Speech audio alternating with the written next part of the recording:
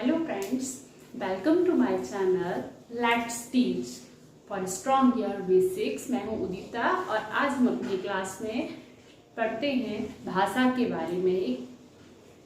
चलिए, हिंदी व्याकरण का एक टॉपिक है भाषा और बोली। तो भाषा क्या है? भावों तथा विचारों के आदान प्रदान के माध्यम को हम भाषा कहते हैं। यानी कि हमारे मन में जो भी भाव हैं, जो भी विचार हैं, जब हम उनको किसी से शेयर करते हैं तो क्या कहलाती है? भाषा कहलाती है। अब भाषा शब्द कहाँ से आया? तो भाषा शब्द संस्कृत भाषा के भाष धातु से बना हुआ है, जिसका अर्थ होता है वाणी को व्यक्त करना। यानी कि जो भी आप सोच रहे हो उसको किसी भी माध्यम में व्यक्त करना। भाषा के दो रूप होते हैं। कौन कौन से रूप होते हैं? एक होता है मौखिक भाषा और एक होती है लिखित भाषा। मौखिक भाषा क्या है? जब हम भाषा को सुनकर या बोलकर व्यक्त करते हैं। क्या कहलाती है मौखिक भाषा? जब हम भाषा को सुनकर या बोलकर व्यक्त करते हैं तो वह भाषा का कौन सा रूप है? मौखिक रूप है। चलिए कुछ उदाहरण देखते हैं, जैसे कि भाषण, वाद विवाद, चर्चा और रेडियो पर प्रसारित जानकारी। आपने देखा होगा जब आपके स्कूल में असेंबली होती है या कोई प्रोग्राम होता है तो जो टीचर्स हैं या प्रिंसिपल है वो जो स्पीच देते हैं, भाषण देते हैं, तो वो कैसे जानकारी को क्या कर रहे हैं? बोलकर आप तक पहुंचा रहे हैं। तो ये भाषा का कौन सा माध्यम है, कौन सा रूप है? मौखिक भाषा। वैसे ही आपने देखा होगा कि आपकी स्कूल में जब 15 अगस्त पर या फिर किसी भी प्रोग्राम में वाद विवाद प्रतियोगिता होती है तो दो लोग आपस में किसी भी एक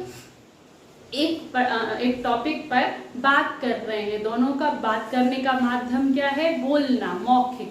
तो ये भाषा के मौखिक रूप का सबसे अच्छा उदाहरण है। इसी प्रकार अगर आप क्या कर रहे हैं?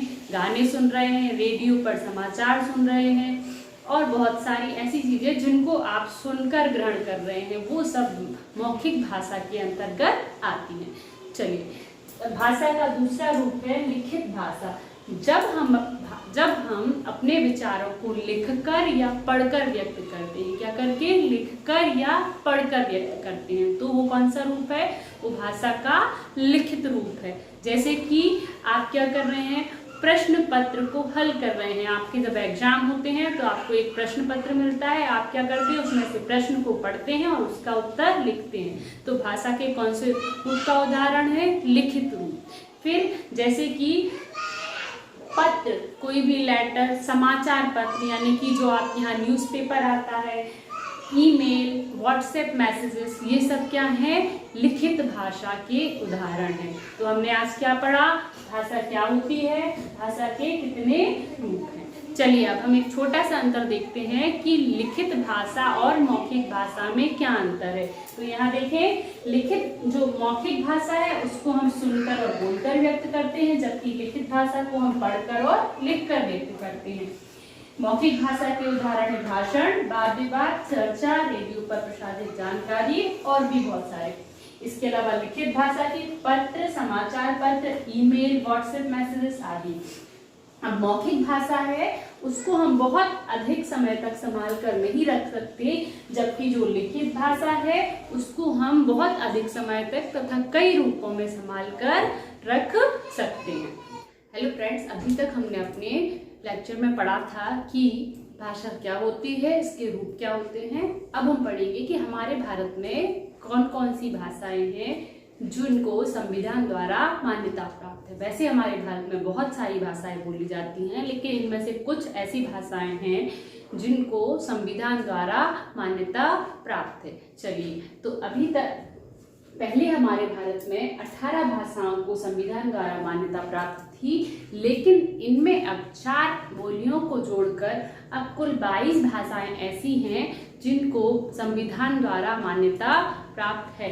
ये बोलियां कौन कौन सी हैं? बोडो, मैथिली, कोंकणी और लोकरी।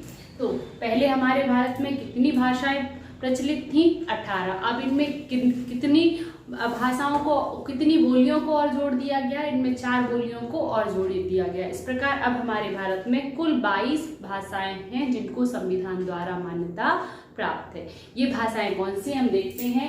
हिंदी, संस्कृत, बंगला, नेपाली, उर्दू, पंजाबी। हिंदी, संस्कृत, बांग्ला, नेपाली, उर्दू, पंजाबी।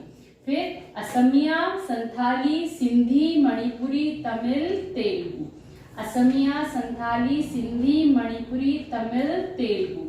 मराठी, गुजराती, कश्मीरी, उड़िया, कन्नड़, मलयालम। मराठी, गुजराती, कश्मीरी, उड़िया, कन्नड़, मलयालम। फिर 4 बोलियां बोडो, कोंकणी, मैथिली, डोगरी। इस प्रकार हमारे संविधान द्वारा कुल 22 भाषाओं को मान्यता प्राप्त है। और हमारी राष्ट्रीय भाषा कौन सी है? हमारी राष्ट्रीय भाषा वैसे तो हिंदी होना चाहिए, लेकिन अभी